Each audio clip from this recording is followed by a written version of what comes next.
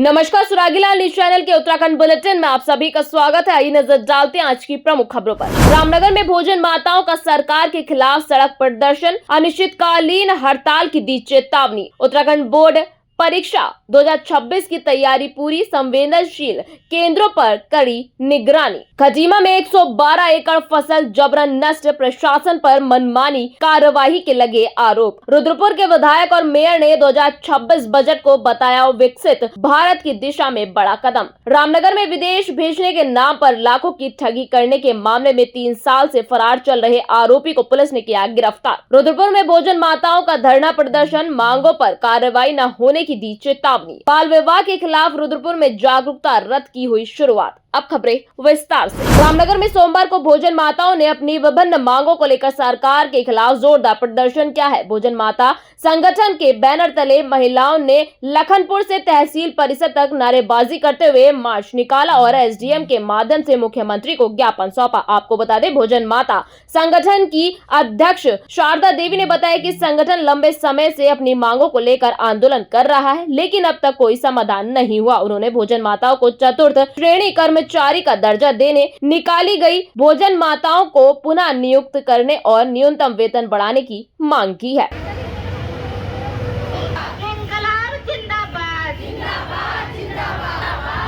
मेरा नाम शारदा है और मैं भोजन माता यूनियन के अध्यक्ष हूँ रामनगर। आपने प्रदर्शन किया है, क्या है पूरा मामला? मेरा सर मामला हमारा ये है कि हम बहुत लंबे समय से धरने प्रदर्शन करते आ रहे हैं। हर जगह हमने ज्ञापन दिया, जहाँ भी धामी जी आते हैं हम ज्ञापन देते हैं। हम इतना परेशान है, लेकिन हमारी अभी तक कोई नहीं सुनी है। और जो हमारा घोषित किया था शिक्षा सचिव ने 5000 मानदेय, वो भी लागू नहीं हुआ है। तो आज हमने 1 दिन की हड़ताल करी है। हमने आज 1 दिन की हड़ताल करी है और ये हड़ताल के माध्यम से हम ये दिखाना चाहते कि अगर अभी भी आप हमारी नहीं सुनेंगे तो हम आगे को अनिश्चितकालीन हड़ताल करेंगे। क्या आपकी मांगे हैं? हमारी मांगे हैं जो 5000 जो घोषित मानदेय है वो लागू किया जाए, और जो अक्षत पाठ फाउंडेशन जो बना हुआ खाना आ रहा है स्कूलों में वो बंद किया जाए। बाकी जो न्यूनतम वेतन है 18,000 हमको वो दिया जाए, और जो बच्चे कम होने पर भोजन माताओं को निकाला जा रहा है वो ना निकाला जाए। हाँ, निकाला है, काफ़ी भोजन माता हमारे साथी भी एक निकाली है, उसके लिए हमने काफ़ी कोशिश करी थी लेकिन उसे दोबारा नहीं रखा गया। हमारी मांग है कि जो भोजन माता हमारी निकाली है उसको दोबारा रखा जाए। और अभी सुनने में आया कि चतुर्थ कर्मचारी की भर्ती होगी स्कूलों में, तो हम वो चतुर्थ कर्मचारी का काम हम करते हैं, 4-4 कर्मचारियों का काम करते हैं हम। सुबह से लेके कहीं कहीं पे तो 3 बजे तक भोजन माताएं काम करती हैं, कहीं पे 2.5, जो कि सरकार ने हमारा काम जो तय किया है वो 2.5 घंटा किया है, लेकिन हम 5-5, 6-6, 8-8 घंटे तक काम करते हैं और सरकार हमें 2.5 घंटे का वेतन देती है। कितना वेतन मिल रहा है? अभी हमें 3000 मिल रहा है, पर डे का 100 रुपये हमें मिलता है। 5000 रुपये दिया जाए। 5000 जो घोषित किया था उन्होंने, वैसे 18,000 जो न्यूनतम वेतन है वो हमारी मांग है 18,000 की, और 5000 जो घोषित किया था उसको तत्काल लागू किया जाए। ये हमारी मांगे हैं सरकार से। उत्तराखंड बोर्ड ने बोर्ड परीक्षा 2026 की तैयारियां पूरी कर ली है। आपको बता दें, बोर्ड परीक्षा 21 फरवरी से 20 मार्च तक आयोजित की जाएंगी। इस वर्ष कुल 2,16,109 छात्र छात्राएं हाई स्कूल और इंटरमीडिएट परीक्षा देंगे। प्रदेश में 1,261 परीक्षा केंद्र बनाए गए हैं, जिनमें से 156 संवेदनशील और 6 अति संवेदनशील केंद्र है। इन केंद्रों पर विशेष निगरानी रहेगी ताकि परीक्षा निष्पक्ष और नकल मुक्त हो सके। साथ ही परीक्षा सामग्री के सुरक्षित भंडार के लिए 13 मुख्य संकलन केंद्र और 26 उप संकलन केंद्र स्थापित किए गए हैं। परिषद ने कहा कि बोर्ड परीक्षाओं की पारदर्शिता और निष्पक्षता सर्वोच्च प्राथमिकता है। इनकी जन्मतिथि है, जनवरी में इनकी नौकरी नहीं है। संसदीय परीक्षाएं 2026 की तैयारी के संबंध में आज माननीय सभापति महोदय की अध्यक्षता में परिषद मुख्यालय में समस्त मुख्य शिक्षा अधिकारियों और समस्त उप नियंत्रकों के साथ में परीक्षा पर संवाद स्थापित हुआ है। इस वर्ष हमारी हाई स्कूल और इंटरमीडिएट की जो परीक्षाएं हैं वो 21 फरवरी से प्रारंभ हो रही हैं, जो कि 20 मार्च तक चलेंगी। इससे पहले जो प्रयोगात्मक परीक्षाएं हैं वो 16 जनवरी से प्रस्तावित थी और वो 15 फरवरी तक चल रही हैं। इस वर्ष जो है वो हमारे 2 लाख से ऊपर परीक्षार्थी पंजीकृत हैं। इसी क्रम में पूरे प्रदेश में 1261 परीक्षा केंद्र बनाए गए हैं। इनमें 156 केंद्र संवेदनशील हैं और 6 केंद्र अति संवेदनशील हैं। नकल रोकने के लिए हमने आवश्यक निर्देश मुख्य शिक्षा अधिकारियों को दिए हैं। जनपद स्तर पर वो सचल दलों का निर्माण कर लेंगे और जिला प्रशासन और पुलिस प्रशासन से भी पूरा सहयोग इस संबंध में लेंगे। मोबाइल और इलेक्ट्रॉनिक्स जो डिवाइस हैं वो पूरी तरह से प्रतिबंधित की गई हैं और आंतरिक सचल दलों का भी गठन करने के निर्देश केंद्र व्यवस्थापकों को दिए गए हैं।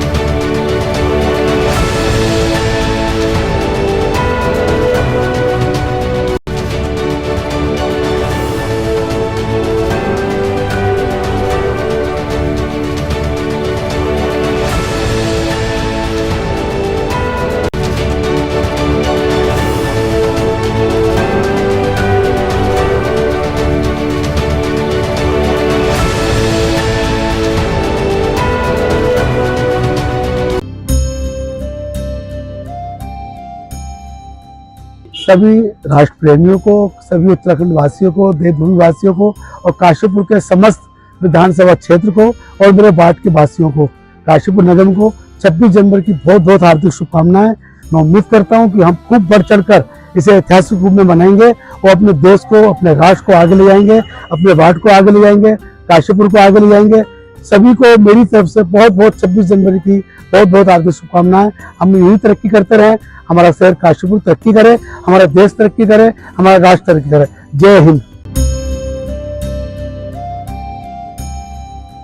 77वें गणतंत्र दिवस की मैं डॉक्टर दीपिका गुड़िया अत्रे समस्त देशवासियों को हार्दिक बधाई एवं शुभकामनाएं देती हूँ और मैं नमन करती हूँ उन वीर शहीदों का जिन्होंने देश के लिए अपनी जान गंवाई और उन सरहद पर खड़े हमारे वीर सैनिकों को मैं बहुत प्रणाम करती हूँ कि जिनकी वजह से हम सब यहाँ सुरक्षित महसूस करते हैं और बहुत निश्चिंत होकर जीवन बिताते हैं।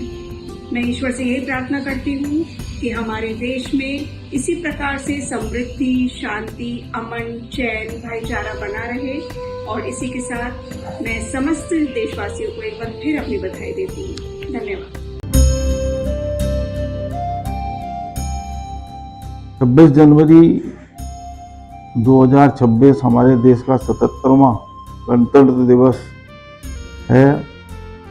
मैं अपने सभी क्षेत्रवासियों को, प्रदेशवासियों को, देशवासियों को 26 जनवरी की हार्दिक शुभकामनाएं देता हूं और साथ ही साथ सभी के जीवन में समृद्धि आए और सब सुख शांति से वह पूरा समय बीते।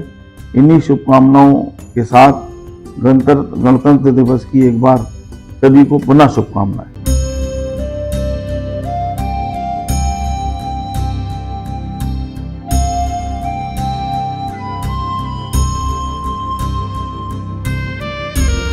खटीमा से खबर सामने आ रही, जहां ग्राम बाकुलिया दमगढ़ा में प्रशासन ने हाई कोर्ट के आदेश का हवाला देते हुए लगभग 120 एकड़ उपजाऊ कृषि भूमि पर खड़ी फसल को ट्रैक्टर से रौंदकर कब्जा मुक्त कराया है। पीड़ित जमींदार युवराज तलवार का आरोप है कि उन्हें कोई पूर्व सूचना या नोटिस नहीं दिया गया और कार्यवाही पूरी तरह मनमानी तरीके से की गई। स्थानीय नेता गणेश ठाकुराठी ने भी प्रशासन से आदेश दिखाने की मांग की, लेकिन कोई दस्तावेज नहीं प्रस्तुत किए गए। इस मामले में प्रशासन ने अब तक कोई आधिकारिक बयान नहीं दिया है, जबकि गाँव और आसपास के क्षेत्र के किसान तनाव में है। स्थानीय लोग निष्पक्ष जाँच और दोषियों के खिलाफ सख्त कार्यवाही की मांग कर रहे हैं।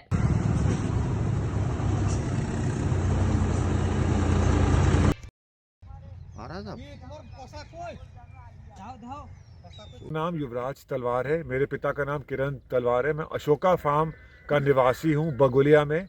मेरे साथ कल एक घटना हुई थी जहाँ प्रशासन आके मेरी ज़मीनें जोत के चला गया बगैर कोई नोटिस दिए। मेरी खड़ी फसल गन्ने की, मेरी खड़ी फसल गेहूं की, और आज भी वही कार्य हो रहा है। आज भी हमने एसडीएम को फ़ोन किया, हमने सबको फ़ोन किया कि ये रोकिए, हमें कोई ऑर्डर तो दीजिए, कोर्ट का ऑर्डर दीजिए, किस हक से आप मेरे खेत में घुस रहे हैं। आज 1 फरवरी को भी यही कर रहे हैं, अभी तक ये रुके नहीं है। तलवार पुत्र श्री महेंद्र प्रताप तलवार मेरी ज़मीन खटेमा में भगोलिया ग्राम दमगढ़ा खाली मोमेंट में है।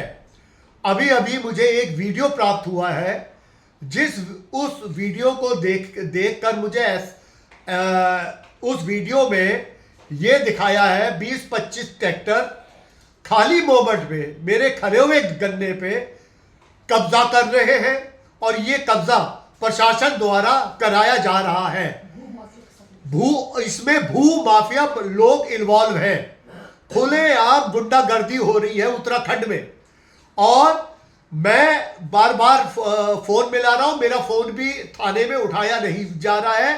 मैं आप लोगों से विनती करता हूं, उच्च अधिकारियों से विनती करता हूं, मेरा ये मामला संज्ञान में लेके इस पे उचित कार्रवाई करी जाए। प्रशासन, मैं पुनः कह रहा हूं, प्रशासन द्वारा खुला गुंडागर्दी हो रही है। यहाँ पर खातेदार कपिल तलवार और अजय कपूर और निर्मल सिंह और उनके कई खातेदारों के अधिवक्ता हूँ, और उनका केस बंटवारे का सिविल का चल रहा है, जिसमें मैं वकील हूँ, और जिसमें कहीं भी किसी प्रकार का कोई आदेश नहीं हुआ है। कुछ भूमाफिया बलविंदर सिंह पिछले वर्ष जो खातेदार यहाँ नहीं रहते थे, उनसे अपना धोखाधड़ी से करने की नीयत से, अपना कब्जा करने की नीयत से एक प्रार्थना पत्र दिया था, जिसमें कलेक्टर महोदय द्वारा 19 में जांच कराई गई थी, जिसमें पाया गया था कि इसमें 250 खातेदार है, किसी का मौके पर कोई कब्जा नहीं, जो गांव में नहीं रहता है उसको कब्जा दिलाने का कोई प्रावधान नहीं है। और ये कश्मीर सिंह को भेज दिया गया था, लेकिन ये कश्मीर सिंह भूमाफिया बलविंदर सिंह के मिल करके कुछ 25 भूमाफियाओं को लेकर के आज ट्रैक्टर लेकर के खेत की जुताई कर रहा है, और खड़ी फसल 50 लाख की हमारे पार्टी का बर्बाद कर दिया है, जिसके लिए हम माननीय उच्च न्यायालय में चाराजोई करेंगे, और जो न्यायालय में विचाराधीन वाद है उसमें अपना चाराजोई करेंगे।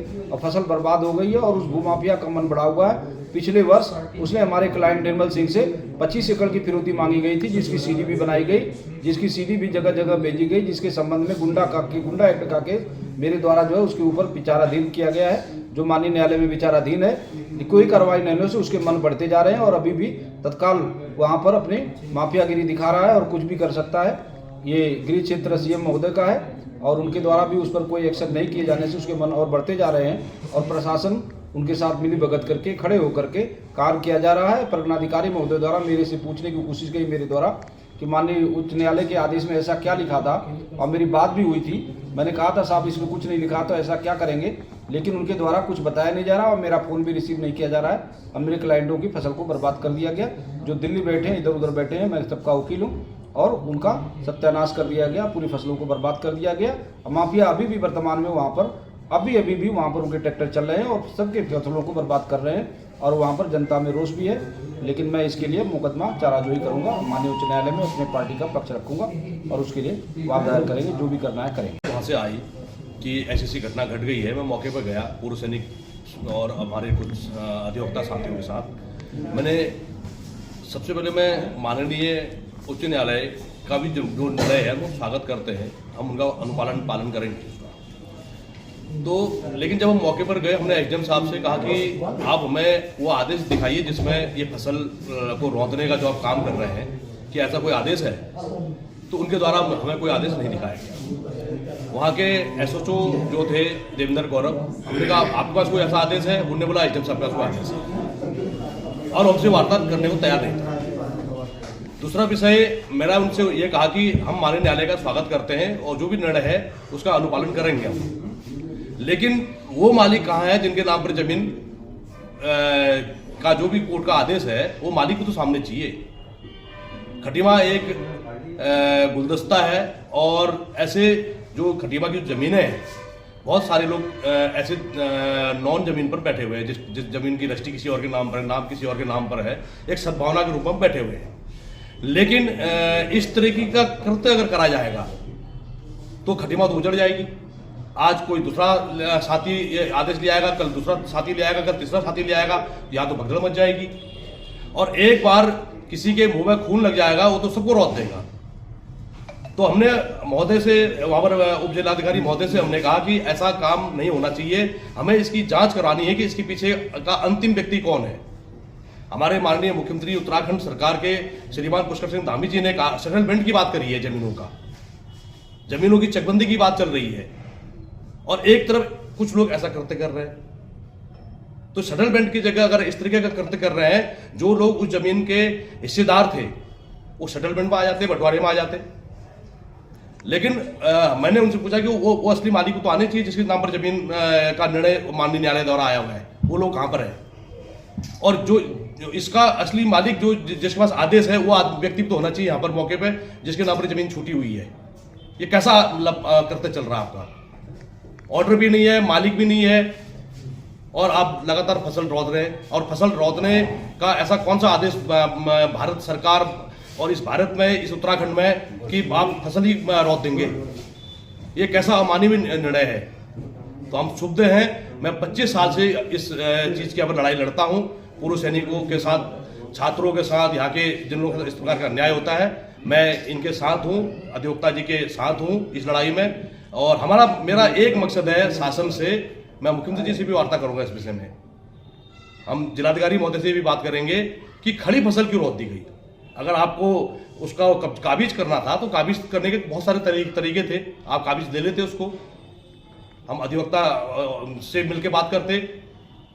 तो लेकिन खड़ी फसल रौंद देना, खेत में नहीं आने देना, आज क्षेत्र में दहशत का माहौल बना हुआ है। हमारे पास 50 फोन आए वहां से कि क्या हो गया है, दूसरे गांव के लोग डरे हुए हैं कि क्या हो गया है। तो हमारा यह है कि इसके पीछे अंतिम व्यक्ति कौन है जो ये सब कर रहा है, जांच होनी चाहिए, उसके खिलाफ कार्रवाई होनी चाहिए, और इसको प्रदेश और जिले से बेदखल करना चाहिए। हमारी ये लड़ाई है, इस लड़ाई को लड़ेंगे, क्योंकि उन्हें तो अगली बार फिर इस काम को करेगा वो। आपका शुभ नाम? गणेश चोपड़ाटी, अधिवक्ता।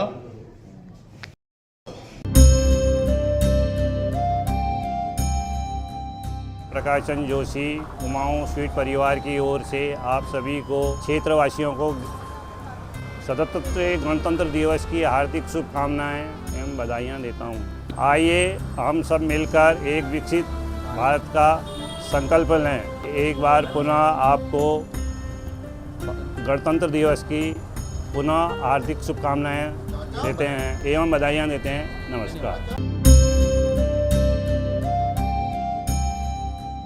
नमस्कार, मैं मयंक मेहता, नगर निगम पार्षद काशीपुर। आप सभी को 77वें गणतंत्र दिवस की बहुत बहुत शुभकामनाएं, बधाइयाँ देता हूँ। आइए हम सब मिलकर भारत को विकसित राष्ट्र बनाने का संकल्प लेते हैं। इसी के साथ पुनः आप सभी को 26 जनवरी गणतंत्र दिवस की बहुत बहुत बधाइयाँ और शुभकामनाएं। मेट्रो हॉस्पिटल परिवार की ओर से आप सभी देशवासियों को गणतंत्र दिवस की हार्दिक शुभकामनाएं। यह दिन हमें हमारे संविधान, समानता, अधिकार और कर्तव्यों की याद दिलाता है। आइए हम सब मिलकर एक स्वस्थ, सशक्त, एक जागरूक भारत के निर्माण में अपना योगदान दें। मेट्रो हॉस्पिटल परिवार सदैव आपकी सेवा और स्वास्थ्य के लिए समर्पित है। जय हिंद, जय भारत। नमस्कार, मैं गोविंद सिंह बिष्ट, जिलाध्यक्ष यूकेडी काशीपुर। आप सभी क्षेत्रवासियों को 77वें गणतंत्र दिवस की हार्दिक बधाई एवं शुभकामनाएं देता हूं। आइए इस पावन अवसर पर हम सब एक संकल्प लें, हमारा भारत सुदृढ़, मजबूत और विकसित राष्ट्र बने। धन्यवाद।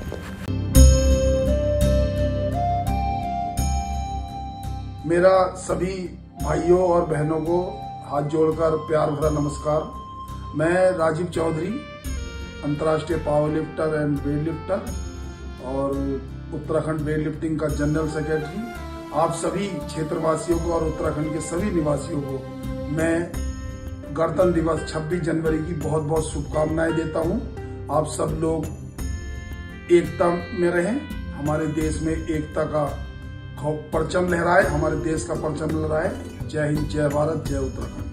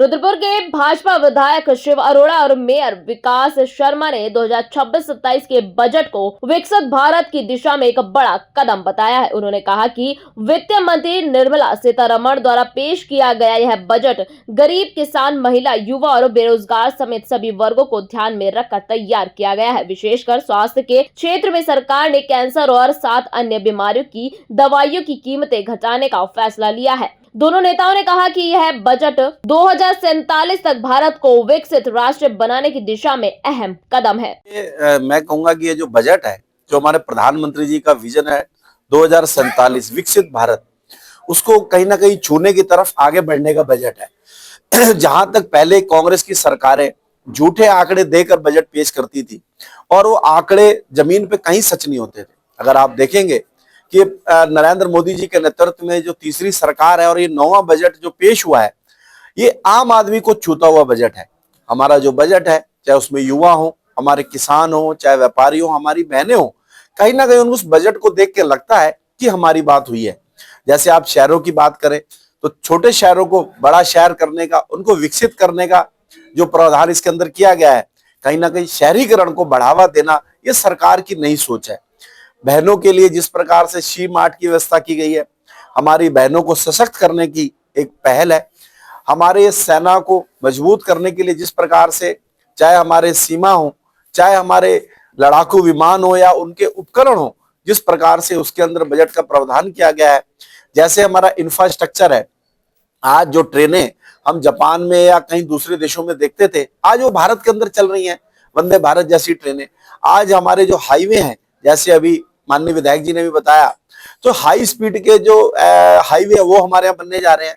तो मैं समझता हूं कि जिस प्रकार से बेरोजगार नौजवानों को शिक्षा, जो पुरानी शिक्षा पद्धति थी, उसको बदलकर उनके साथ ही उनको टेक्निकल साउंड करना, प्रधानमंत्री अपनी योजनाओं के माध्यम से, स्टार्टअप के माध्यम से लोन देके सशक्त करना, यानी हमने वो सब दंश झेला है कि कैसे बेरोजगार नौजवानों को ट्रेनिंग लेनी है, फिर पैसा लेना है, फिर काम करना है। पुराने समय में जब कांग्रेस की सरकारें होती थी, एक बेरोजगार नौजवान को 80,000 रुपए का लोन लेने के लिए जूते घिस जाते थे, बैंकों के चक्कर काटने पड़ते थे। आज ऐसी बैंकिंग व्यवस्था है कि आप पैन कार्ड से और आधार कार्ड से जाके आप रिक्शा खरीद रहे हैं, आप गाड़ियां खरीद रहे हैं। तो ये बहुत बड़ा परिवर्तन मोदी जी के युग में आया है। आज बैंकिंग आसान हुई है, आज किसान खुश है। कितना किसानों के नाम पे लोगों ने राजनीति की, सरकार को घेरने का काम किया, लेकिन आज किसानों की आय बढ़ रही है, किसान खुशहाल है। लेकिन ओरिजिनल किसान खुशहाल है, लेकिन जो किसानों का चोला पहन के राजनीति कर रहे थे, आज उनका क्या असर है। तो भारतीय जनता पार्टी की जब जब सरकार बनती है तो हमारी जो भावना है, अंत्योदय की भावना के साथ हम काम करते हैं। हमारा जो लक्ष्य है अंतिम छोर के व्यक्ति को समाज की मुख्य धारा से जोड़ना, और हमारी सरकारें जोड़ रही हैं। मुझे पूर्ण विश्वास है प्रधानमंत्री नरेंद्र मोदी जी पर कि ये बजट 2047 की ओर हमें बहुत जल्दी आगे बढ़ाने का ये काम करेगा। प्रधानमंत्री नरेंद्र मोदी जी की सरकार के द्वारा वित्त मंत्री निर्मला सीतारमण जी का बजट, ये गरीब कल्याण, युवा, किसान, महिला, स्वास्थ्य, शिक्षा, रोजगार, हर अंग को छूते हुए 2047 में भारत विकसित राष्ट्र बने, इस लक्ष्य के साथ बजट प्रस्तुत किया गया। इसमें गंभीर बीमारियां, कैंसर, शुगर और 7 ऐसी गंभीर बीमारियां, उनकी दवाइयों के मूल्य बहुत सस्ते किए जा रहे हैं। जो हमारे ईवी बैटरीज है, हमारे बायोगैस मिक्स सीएनजी है, microwave oven, solar, electronics, mobile, ये सब सस्ते होते चले जा रहे हैं। विदेश यात्रा, क्योंकि अब ग्लोबल विलेज हो चुका है, विदेश यात्रा बहुत बड़ी मात्रा में इससे सस्ती होती चली जा रही है। हमारी जो स्वास्थ्य का जो मूल है, जो आयुर्वेद, उसके लिए 3 all India institute of Ayurveda, इसकी स्थापना भारत सरकार के द्वारा की जा रही है। 20 प्रसिद्ध पर्यटन स्थलों के लिए 10,000 गाइड का प्रशिक्षण किया जाएगा, जिससे टूरिज्म से भारत में रोजगार बढ़ सके। जो जिला अस्पताल है उनको अपग्रेड किया जा रहा है, जो ट्रॉमा सेंटर है उनकी क्षमता को बहुत बड़ी मात्रा में बढ़ाया जा रहा है, जिससे स्वास्थ्य सेवाओं में विस्तार हो सके। किसानों की उत्पादकता बढ़ाने के लिए डेयरी, पशुपालन के साथ साथ किसानों की उत्पादकता में एआई, आर्टिफिशियल इंटेलिजेंस का उपयोग किया जाए, और साथ साथ कंसल्टेंसी की सुविधा भी उन्हें दी जाए, जिससे वो कन्वेंशनल के साथ साथ जो इनोवेटिव जो हमारे व्यवस्थाएं हैं उत्पादकता बढ़ाने के लिए, उसकी तरफ बढ़ सकें। तो निश्चित रूप से किसानों की उत्पादकता पर बहुत अधिक जोर दिया गया है। हम सब जानते हैं कि सेमीकंडक्टर और रेयर अर्थ मिनरल्स, ये आने वाले समय में किसी भी अर्थव्यवस्था का बहुत बड़ा आधार होने वाले हैं। तो सेमीकंडक्टर 2.0 ये योजना लाई गई है, और रेयर अर्थ मिनरल्स, उसमें भारत आने वाले समय में स्वावलंबी हो, इस पर बहुत बड़ा काम किया जा रहा है। और जो रक्षा बजट है उसमें बढ़ाया गया है, और कस्टम ड्यूटी को कम करके रक्षा क्षेत्र में तकनीकी आधार पर भारत अपनी रक्षाओं की आवश्यकताओं को खुद पूर्ण करने के लिए समर्थ हो, और युवाओं के लिए education to employment and enterprises, यानी हमारी शिक्षा व्यवस्था रोजगार परक हो, और रोजगार परक के साथ साथ पेशेवर और व्यवसायियों को बनाए। 7 हाईवे हाई स्पीड जो हमारे कॉरिडोर, हाईवे कॉरिडोर्स है, वो बनाने का प्रावधान किया गया है, जो अंतरराष्ट्रीय स्तर की सुरक्षा मापदंड भी हो और अंतरराष्ट्रीय स्तर की वहां स्पीड भी हो, जिससे हमारे संसाधनों का उपयोग हो और भारत विकसित राष्ट्र की तरफ बहुत तेजी से बढ़ सके।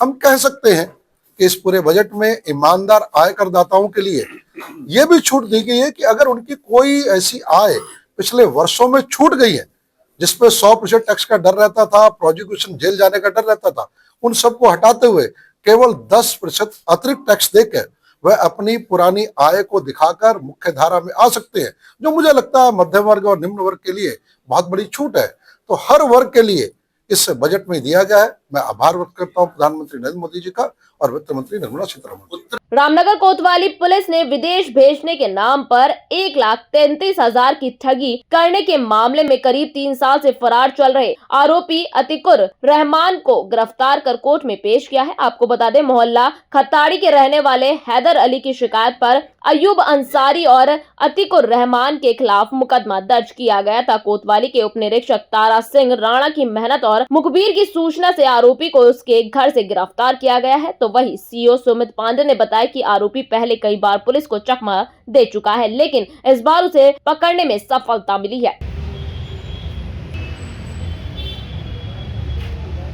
देखिए, एक मामला है 2023 का, जिसमें एक वादी हैदर अली नाम का वादी ने एक लिखित तहरीर दी। उसमें उसके द्वारा बताया गया कि उसको उसके साथ दो लोगों ने, एक अयूब खान और दूसरा अतिकुर रहमान ने विदेश भेजने के नाम पर 1,33,000 की ठगी कर ली है। तो तहरीर प्राप्त होने के बाद विवेचना जो है विवेचकों को असाइन की गई और उसके बाद जो है जब अतिकुर रहमान का नाम जब इसके बारे में पता चला कि इसके द्वारा भी ठगी की गई है, तो उसके बाद से लेके आतिथि तक कल तक ये फरार चल रहा था। इसके खिलाफ पुलिस ने बहुत सारी दबिशें भी दी इसके मस्करों पर और NBW की कार्रवाई भी की और 82 की भी कार्रवाई की, परंतु ये पकड़ा नहीं जा रहा था।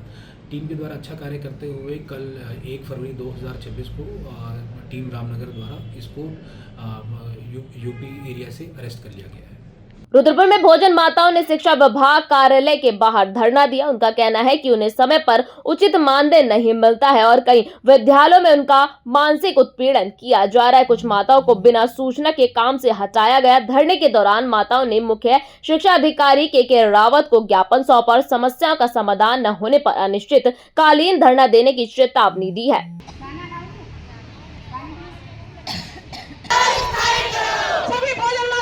2 फरवरी को सबको यहाँ इकट्ठा होना है, लेकिन बहुत सारे स्कूलों में भोजन माताओं को रोका गया। उन्हें परेशान किया जा रहा है कि नहीं जाना है, खाना बना के जाना है और मतलब ऐसा नहीं जाना है वहाँ पे, और ये सब हड़ताल तुम कर रहे हो तो अपनी जिम्मेदारी से करो, और ये सब मतलब बातें। तो कितनी डर गई हैं बेचारी, नहीं आ पाई हैं, बहुत परेशान है। कह रही थी कि हम जाना चाहते हैं पर नहीं आ पाई। और मतलब मैं तो खैर 313 रुपए से लगी हूँ और अब जाके 3000 हुए, और 3000 में भी जब 3000 शुरू हो गए उस समय से मतलब बिल्कुल रोक लग गई है। कोई पैसा बढ़ा नहीं है, कुछ नहीं। मैं चाहती हूँ कि मतलब पैसा बढ़े और जो हमसे एक्स्ट्रा काम कराया जाता है वो ना करा के सिर्फ हमारा जो काम है वो ही करवाया जाए। तो बस यही मैं चाहती हूँ सरकार से कि हम लोगों पे थोड़ा सा ध्यान दे, हम लोगों की बात सुने और हमारे बारे में कुछ सोचे। मामला ये है कि जो भोजन माताएं हैं लगातार जो खाना बनाने का स्कूलों में जो काम कर रही है मिड डे मील वर्कर के नाम से, और खास करके उनको एक जो नाम है भोजन माता नाम से नवाजा गया है, लेकिन उसके पीछे जो सच्चाई है वो लगातार यूनियन बनने के बाद 3 साल से यूनियन काम कर रही है भोजन माता प्रगतिशील भोजन माता संगठन। तो हम स्कूलों में जाकर के देख रहे हैं कि भोजन माताओं का जो उत्पीड़न है, शोषण है, वो लगातार जारी है। उनका जियो के आधार पे 2-3 घंटे का काम का उनका समय सीमा है, लेकिन उनको 5 घंटे 6 घंटे स्कूलों में रोका जाता है, स्कूल का ताला खोलने से लेकर स्कूल का ताला बंद करने तक। दूसरा, उनसे अतिरिक्त काम कराया जाता है, माली का काम कराया जाता है, उनको सफाई का काम कराया जाता है, उनको चौकीदार का काम कराया जाता है जो ताला खोलने और बंद करने का काम है। दूसरा, उनको डाक भी भिजवाई जाती है उनसे। और जो एक बहुत ही शर्मनाक जो बात है कि जो भोजन माताओं से बच्चों को पढ़ाने का काम भी कराया जाता है। जो शिक्षित भोजन माता है उनसे उनकी क्लासें भी ली जाती हैं भोजन माताओं द्वारा। तो ये सोचने वाली बात है। और मानदेय केवल 3000 रुपए। ये मानदेय 3000 के लिए लड़ाई हम कम से कम 10 सालों से लगातार लड़ रहे हैं, और 10 सालों में मात्र ये 200-250 से भोजन माताएं अपने कार्य को किया है उन्होंने 20 साल 25 साल पहले से, और बढ़ते बढ़ते ये 3000 रुपए का मानदेय हुआ है। जबकि शिक्षा मंत्री अरविंद पांडे ने जब शिक्षा मंत्री पद पे थे तो उन्होंने घोषणा की थी कि हम भोजन माताओं का मानदेय 5000 करेंगे। पूरे मीडिया में, सोशल मीडिया, इलेक्ट्रिक मीडिया सब पे छाया हुआ था वो। उस मानदेय को भी जो घोषणा की है, जो घोषित है, उसको भी ये लोग इन्होंने लागू नहीं किया है। तो हमारी सरकार से ये अपील है कि उसको लागू करें। दूसरा, जो न्यूनतम वेतन 18,000 की हमारी डिमांड है। तीसरा ये है कि भोजन माताओं का उत्पीड़न बंद किया जाए स्कूलों में, उनको चतुर्थ कर्मचारी का दर्जा दिया जाए। और चौथा जो है ये इनकी जो है मानदेय को बढ़ाया जाए। और दूसरा, ये जो स्कूलों में बच्चे कम होने पे भोजन माताओं को निकाला ना जाए। और जो हम लगातार ये कर रहे हैं कि भोजन माताओं को स्थायी नियुक्ति का उनको दर्जा दिया जाए, ये हमारी मांगे हैं। कहाँ से आज भोजन माता है? ये पूरे उधम सिंह नगर से हमने यहाँ पे हमने राज्य स्तर पे राज्यव्यापी हमने ये घोषणा कर रखी यूनियन के बतौर। लेकिन यहाँ उत्तराखंड में ये उधम सिंह नगर है। उधम सिंह नगर में इतने स्कूल ज्यादा हैं जहां तक हमारी सीमा थी, जबकि शिक्षा अधिकारी को हमने लेटर दे दिया है कि 2 तारीख को भोजन माताएं हड़ताल पे जा रही हैं, आप लेटर इशू कीजिए हर स्कूलों में कि भोजन माता खाना नहीं बनाएंगी। लेकिन ऐसा वहां से किया नहीं गया, सारी भोजन माताओं को रोका गया है। ये केवल जो गिनती की भोजन माताएं देख रहे हैं यहाँ ये आई हुई हैं, जबकि नैनीताल जिले में पूरे स्कूल बंद, पूरे स्कूलों में सब प्रिंसिपलों ने मतलब भोजन माताओं को अपने यहाँ पे भेजा है कि 2 तारीख को हड़ताल हो रही है, आप लोग जाइए, है ना। तो वहां इशू हो गया लेटर, लेकिन यहाँ इशू नहीं हुआ है। तो हम ये चाहते हैं कि जो भी इनकी जो लगातार जो सरकार से जो डिमांड है उसको पूरा करने की पूरा जो यूनियन है वो काम कर रही है। अगर ऐसा नहीं होता है तो हम उग्र आंदोलन करने के लिए बाध्य होंगे। पहले हमारी मांग है कि जो मिड डे मील का जो खाना आता है ये खाना जो है बंद होना चाहिए, क्योंकि किस तरीके का खाना वो बना के देते हैं ये भोजन माताओं को पता नहीं है। भोजन माताओं के पास तो खाना आता है और वो भेज देते हैं। बाई चांस वो खाना 1 दिन का है, 2 दिन का है, बाई चांस किसी बच्चे को कुछ हो जाता है तो उसके जिम्मेदार कौन होगा? भोजन माताएं होंगी, कहेंगी वो सारे अधिकारी जो है उन्हें ही बोलेंगे। उन्हें ना बोलें इसके लिए सबसे पहले ये खाना बंद होना चाहिए। बाकी जो भोजन माताएं हैं उनकी तनख्वाह जो है पिछले वो 10-12 साल से लड़ रही हैं, लेकिन उनकी जो पहले थी सैलरी जो है 250 रुपए से स्टार्ट हुई थी, लेकिन लड़ते लड़ते आज 3000 हुई है। आप मान सकते हैं क्या 3000 में आज जीवन अपना गुजार लेगा कोई इंसान? तो हमारी सरकार से मांग बनती है कि जो न्यूनतम वेतनमान है कम से कम 18,000 करा जाए, और उससे पहले जो महिलाएं जो और 4 सीढ़ियों का काम करती हैं, 4 तरह का काम उनसे करवाया जाता है, सफाई से लेके, पढ़ाई से लेके, सारा कुछ खोलने से लेके, बंद करने से लेके, ये सब पे रोक लगाई जाए। जो उनका मुख्य काम है वो काम करवाया जाए, और जो निकाला जा रहा है, जो सबसे पहले जो महिलाओं को निकाला जा रहा है उन्हें निकालना बंद किया जाए। और जो महिलाओं को जिनकी सैलरी रोकी गई है, जो भोजन माताएं हैं उनकी सैलरी रोकी गई है। एक महिला है हमारे पास रो रही थी, आई थी, वो बता रही है कि उनकी सैलरी 5 महीने से नहीं दी गई है। एक भोजन माताएं अभी बता रही हैं वो कि उन्हें जो है निकाल दिया गया है। उनने समस्या बताई, सब कुछ बताई, उसके बावजूद भी उन्हें निकाल दिया गया है। तो आज इसी सारी मांगों को लेके ये हमारी हड़ताल थी 2 फरवरी की, पूरे उधम सिंह की नगर के तौर पे थी। लेकिन जो है कुछ स्कूलों में ये जो है सरकार ने, उधम सिंह नगर ने, शिक्षा अधिकारी ने कुछ जियो जारी किया था कि आज हड़ताल रहेगी भोजन माताओं की, लेकिन कुछ स्कूल वालों ने भोजन माताओं को रोक लिया। अभी भी देख रहे हो आप, आ रहे होंगे, लेकिन जो है जैसी उनकी छुट्टी हो रही आ रही है। अभी भी भोजन माताएं बहुत सारी ऐसी हैं जो पूरी नहीं आई हैं। ये सारी मांगों को लेके आज हमने ज्ञापन दिया है। अगर ये नहीं होता है तो आगे फिर हम बड़ी हड़ताल के रूप में करेंगे। अरे भाई जरा रुकिए, कहाँ जा रहे हैं? आपके पास आईडी कार्ड है क्या? ठीक है, आप जा सकते हैं।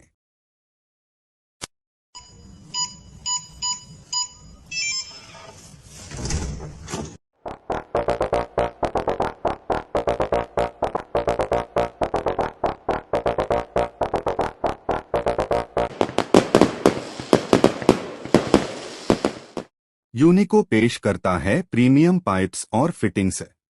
यूनिको में है दम, यूनिको नहीं किसी से कम।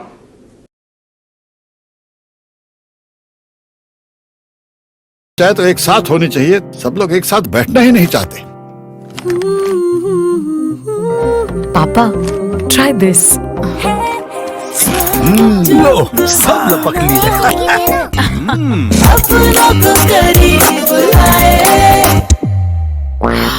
ये क्या हाल कर दिया है रूम का? बस कल से चाय मेरे रूम में। देवर पान नमकीन। रुद्रपुर में बाल विवाह जैसी सामाजिक कुप्रथा को समाप्त करने के लिए बाल विवाह मुक्ति रथ को आज हरी झंडी दिखाकर रवाना किया गया है। इस अवसर पर मुख्य विकास अधिकारी दिवेश शासनी और जिला बाल संरक्षण अधिकारी व्योम जैन उपस्थित रहे। मुख्य विकास अधिकारी दिवेश शासनी ने कहा कि बाल विवाह कानून अपराध है और समाज के हर वर्ग को इसके खिलाफ जागरूक होना जरूरी है। उन्होंने बताया कि यह रथ जिले के विभिन्न क्षेत्रों में जाकर लोगों को बाल अधिकारों और बाल विवाह के दुष्परिणामों के प्रति जागरूक करेगा। बाल विवाह मुक्त भारत बना, ये अपराध है। देखिए, माननीय मुख्यमंत्री जी और माननीय जिलाधिकारी जी के आदेशों के अनुसार यहाँ पर हमारे जितनी भी ऐसे सोशल इश्यूज हैं, हमारी तरफ से हर सोशल इशू को टैकल करने के लिए रणनीति बनाई गई है। उसी में से चाइल्ड मैरिज भी एक बहुत इंपॉर्टेंट ऐसा टॉपिक है जिसपे हमें यहाँ पे डिस्ट्रिक्ट में काम करने के लिए माननीय जिलाधिकारी महोदय के निर्देशों के अनुसार हम लोग यहाँ पे काम कर रहे हैं।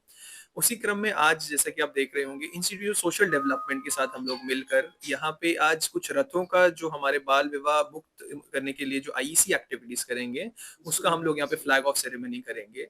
इसका पर्पस ये है कि जो भी हमारे से चिन्हित ग्राम पंचायतें हैं, चिन्हित हॉटस्पॉट है जहाँ पे बाल विवाह रहते हैं, उन एरियाज में जाकर ये आईईसी एक्टिविटीज कंडक्ट करेंगे, लोगों में जागरूकता फैलाएंगे और अपने इंफॉर्मेशन चैनल्स भी क्रिएट करेंगे जिससे कि हम तक कभी भी ऐसी कोई इंफॉर्मेशन निकलेगी बाल विवाह की वो हमें त्वरित मिल जाए और हमारे यहाँ से एक्शन लिया जाए। जो हमारी चाइल्ड हेल्पलाइन भी है जैसा आप जानते हैं प्रोबेशन विभाग के अंतर्गत, उसमें भी ऐसी अगर जैसी इंफॉर्मेशन मिलती है हमारे द्वारा त्वरित कार्रवाई कर उसमें जो हमारे नियम, हमारी जो स्टैट्यूट है, हमारी जो एक्ट है उसके हिसाब से फाइन्स भी लगाए जाते हैं, कानूनी कार्रवाई भी की जाती है और बाल विवाह रोके भी गए हैं कुछ समय में, पिछले समय में। सर कुछ ऐसे एरियाज शक्ति फार्म के कुछ एरियाज से हैं, कुछ दिनेशपुर के एरिया से, कुछ ऐसे एरियाज हॉटस्पॉट्स हमारे चिन्हित हैं जहाँ पे ये स्पेशल हमारे ये कंप्लेंट्स काफी पहले भी आ चुकी हैं।